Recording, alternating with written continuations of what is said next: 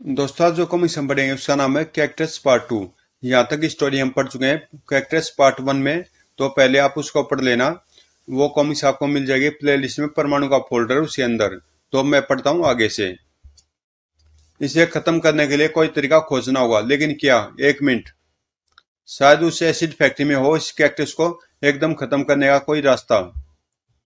परमाणु तेजी से उस एसिड फैक्ट्री तक पहुंचा और जब वह उस फैक्ट्री से बाहर आया तो उसके हाथ में एसिड से भरा एक बड़ा कंटेनर था। इस कंटेनर में बेहद घातक एसिड मौजूद है। निश्चय यह एसिड इस खूनी कैक्टस को खाक कर देगा।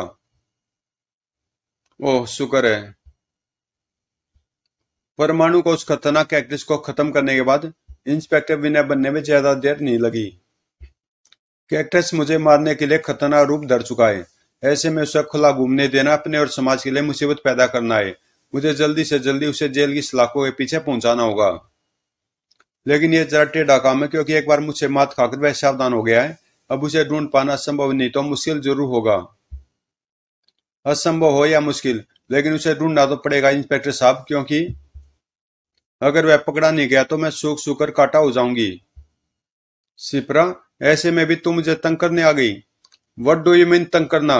क्या मैं तुम्हें तंग करती हूँ?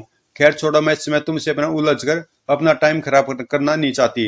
इसलिए जरा सुनिए इंस्पेक्टर साहब, मैं यहाँ तंग करने नहीं बल्कि बल्कि रिपोर्ट लिखवाने आई हूँ। रिपोर्ट? किसकी रिपोर्ट? इस लेटर को देख लो, सब समझ जाओगे। सिप्रा, जब से मैंने तुम्हें पहली बार देखा तब से ही मैं तुम्हें चाहने लगा हूँ। और जानते हो इसका कारण क्या है? मुझे तुम उस बेवफा लिली की झलक दिखाई दी है, जिसे मैं कांटों की सेज पर सुला चुका हूँ। उसका प्यार तो मुझे नहीं मिल सका, लेकिन मुझे तुम्हारा प्यार चाहिए।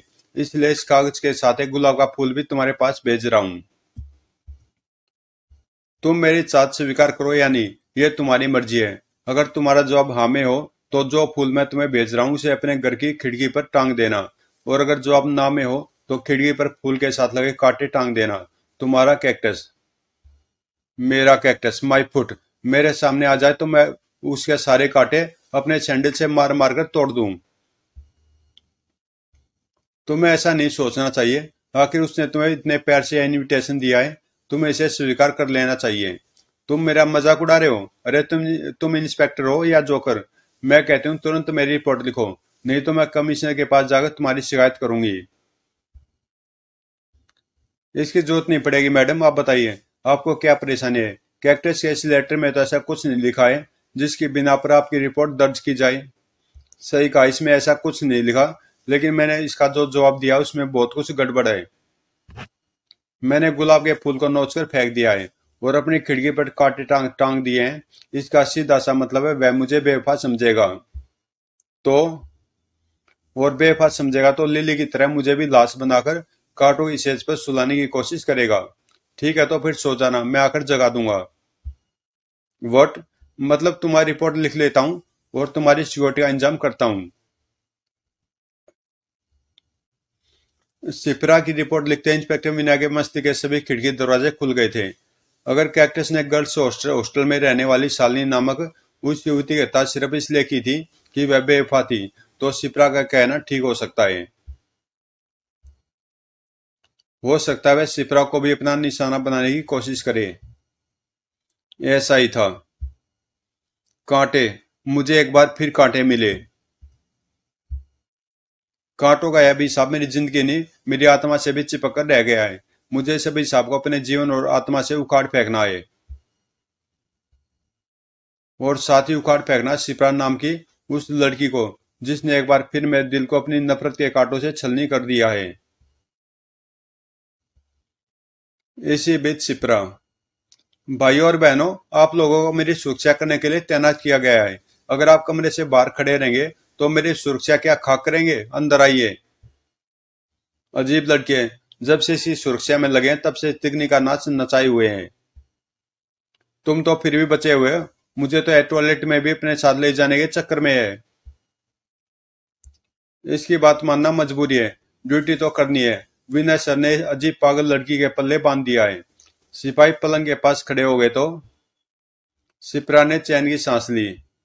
अब ठीक है, अब मैं आराम से सो सकती हूँ। अरे तू चार क्या 400 सुरक्षा कर्मियों के घेरे में भी छिप जा बेवफा।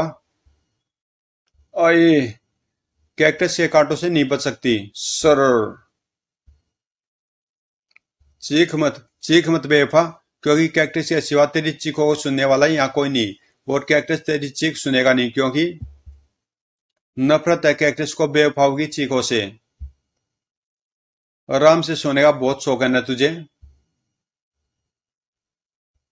जा, कांटों की उस सेज पर जाकर आराम से सो जा। क्रोध से कांपते कैक्टस ने शिप्रा को कांटों की सैया की तरफ उछाल दिया। उसका नाजुक बदन सूलों से बिन नहीं वाला था कि परमाणु ने आकर उसे बचा लिया। अगर मैं शिप्रा के ऊपर मंडराते खतरे को गंभीरता से नहीं लेता तो असंभव था शिप्रा का बचना। परमाणु, ओ तो इस बेवफा को बचाने तू आया है।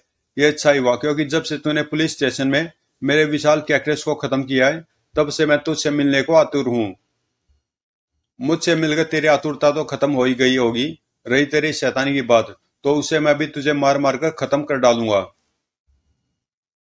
कैक्टस की शैतानी खत्म करने की बात भूल जा परमाणु, क्योंकि कैक्टस कांटे का ही एक रूप है, और कांटे को छुएगा तो जख्म खा जाऊंगा। यह बात मैं जानता हूं, तभी तो मैंने अपनी परमाणु रस्सी को अपने हाथों पर लपेटकर तेरी धुनाई करने का प्रोग्राम बनाया है। धड़ाक। बोल, कैसा रहा यह प्रोग्राम? बहुत अच्छा, लेकिन तूने जो प्रोग्राम शुरू किया है उसे खत्म करने के लिए मेरे पास इससे भी बड़े कांटे हैं। ओफ, इसने अपने कांटों को और भी ज्यादा लंबा कर लिया है। ये कांटे मेरे हाथों में मौजूद परमाणु रस्सी के ग्लव्स को चीरकर मेरे मांस तक पहुंच गए हैं, इसलिए अब मेरे लिए यही अच्छा कि मैं पीटने की जगह इसे परमाणु रस्सी से कैद कर लूं। ओह, इस तरह अपनी परमाणु रस्सी बेकार मत कर परमाणु परमाणु। कैक्टस के कांटों से लिपट कर उलझ जाएगी यह, और सिर्फ तेरी रस्सियां ही क्यों, तेरी जिंदगी भी इन्हीं कांटों में उलझ कर रह जाएगी। ओह, परमाणु के कराने का भरपूर फायदा उठाते हुए शिप्रा की तरफ पलटा था कैक्टस, लेकिन वह शिप्रा को अपना निशाना बना लेता। परमाणु ने उसे इतना समय नहीं दिया था। ओह, इसने शिप्रा को अपने कांटों का शिकार बना ही लिया था। मैं इसे इस कालीन में कैद करके यहां से उड़ाकर ले जाता हूं। कैक्टस ना संभल पाया और ना कुछ समझ पाया, लेकिन कैक्टस इस स्थिति में ज्यादा देर तक नहीं रहा। कालीन को फाड़कर ऊपर निकल रहा यह लंबा कांटा उसका सबूत था, जिसने परमाणु को न सिर्फ चीखने के लिए बल्कि उस कालीन को भी छोड़ने के लिए मजबूर कर दिया था। ओह, ये तूने क्या किया बेवकूफ? ये हरकत करके तूने अपने आप को मौत के मुंह में धकेल लिया है, क्योंकि इतनी ऊंचाई से गिरकर तेरा शरीर तरबूज की तरह फट जाएगा। ऐसा नहीं होगा परमाणु, क्योंकि उसका कोई कुछ नहीं बिगाड़ सकता जिनके रहनुमा कांटे होते हैं। अद्भुत। कैक्टस ने जो कैक्टस फेंके, उन्होंने अनोखे ढंग से बढ़कर कैक्टस को ठीक उसी तरह अपनी बाहों में ले लिया जैसे माँ अपने बच्चे को लेती है। मुझे इस पर तुरंत हमला कर देना चाहिए। आओ, यह विशाल कैक्टस कहां से बीच में आ गया? मैंने उगाया, और मेरा उगाई यह कैक्टस सिर्फ मेरी तरफ बढ़ने वालों का रास्ता ही नहीं रोकता, उन पर वार भी करता है। ओह, बस एक बार बहुत है। अब मैं इसे अपने परमाणु छल्लों से भुड़ुच खत्म कर देता हूं। तेरे कैक्टस पर मैंने जिन परमाणु छल्लों का इस्तेमाल किया है उनकी पावर बहुत ज्यादा थी, इसलिए उस बड़े कैक्टस के चीथड़े उड़ा दिए। लेकिन तेरे शरीर के चीथड़े उड़ाने का मेरा कोई विचार नहीं है, इसलिए मैं ये कम पावर वाले परमाणु छल्ले छोड़ रहा हूं, जो तुझे मारेंगे नहीं, सिर्फ कैद करेंगे। परमाणु छल्लों ने जैसे कैक्टस को अपने जाल में फंसाना शुरू किया, वैसे कैक्टस ने अपने शरीर को चारों तरफ से कांटों से ढकना शुरू कर दिया। वाह, तूने अपने आप को कांटों की सुरक्षा में सुरक्षित कर लिया है। कोई बात नहीं, मैं तुझे ऐसी हवालात तक ले जाऊंगा।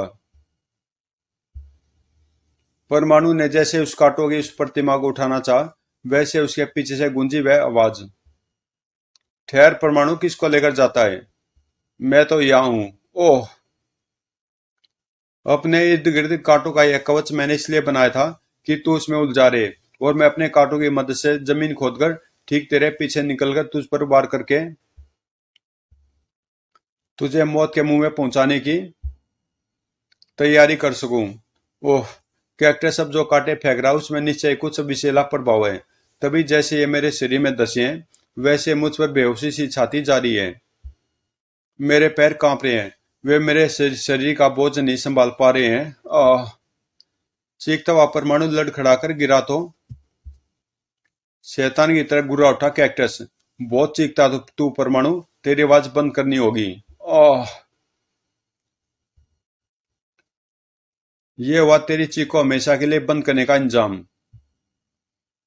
इन चंद्राकार कैक्टसों की मदद से विषैले पदार्थ के प्रभाव से पहले बेहाल परमाणु के शरीर में वे कांटे खूंटे की तरह गढ़ते चले गए। अब तिल भर भी अपने स्थान से नहीं हिल सकता था परमाणु। बस परमाणु बस, अब तेरी जिंदगी खत्म होने जा रही है और तेरी सांसें भी। तो हमेशा के लिए मेरे रास्ते से हट रहा है और तुझे मेरे रास्ते से हटाएगा मेरे कांटों से बना हुआ बारीक कैक्टस रोलर, जो मेरे इशारे पर तेज से आगे बढ़ेगा और तेरे ऊपर से गुजरकर तेरे शरीर में छलनी से भी ज्यादा छेद कर देगा। और तेरे बाद ऐसा हाल मैं उस बेवफा शिप्रा का भी करूंगा जिसने मेरे पैर के दामन को कांटों से भर दिया। ऐसा करके मैंने बहुत बड़ी भूल की है कैक्टस, जिसका मुझे अब एहसास हुआ है। शिप्रा तुम? हाँ कैक्टस, तुम्हें कांटों का उपहार देने की मैं जो भूल कर चुकी हूँ, मैं उसे सुधारने आई हूँ इन फूलों के उपहार के साथ। फूल मेरे लिए? जिस आदमी ने परमाणु जैसे शख्स को बेहाल करके उसे मौत के दरवाजे पर खड़ा कर दिया है, उसे कांटे देने की सोचना भी बेवकूफी है। ऐसा आदमी सिर्फ और सिर्फ फूलों का हकदार है। जैसे कोई बच्चा मनपसंद खिलौने को पाकर खुश होता है, वैसे खुशी से उछल पड़ा कैक्टस। मुझे फूल मिल गए, मेरे कांटे भरे जीवन में फूल खिल उठे। देख परमाणु देख, मेरे कांटों के हाथों जान गंवाने से पहले इन फूलों को देख। फूलों के इस बार में कांटों के नाम मत करो। फूलों के इस बार में कांटों की बात मत करो कैक्टस। परमाणु नाम के अपनी रागेश कांटों को भूल जाओ, छोड़ो इसे। घायल अजगर की तरह फुफकारा कैक्टस।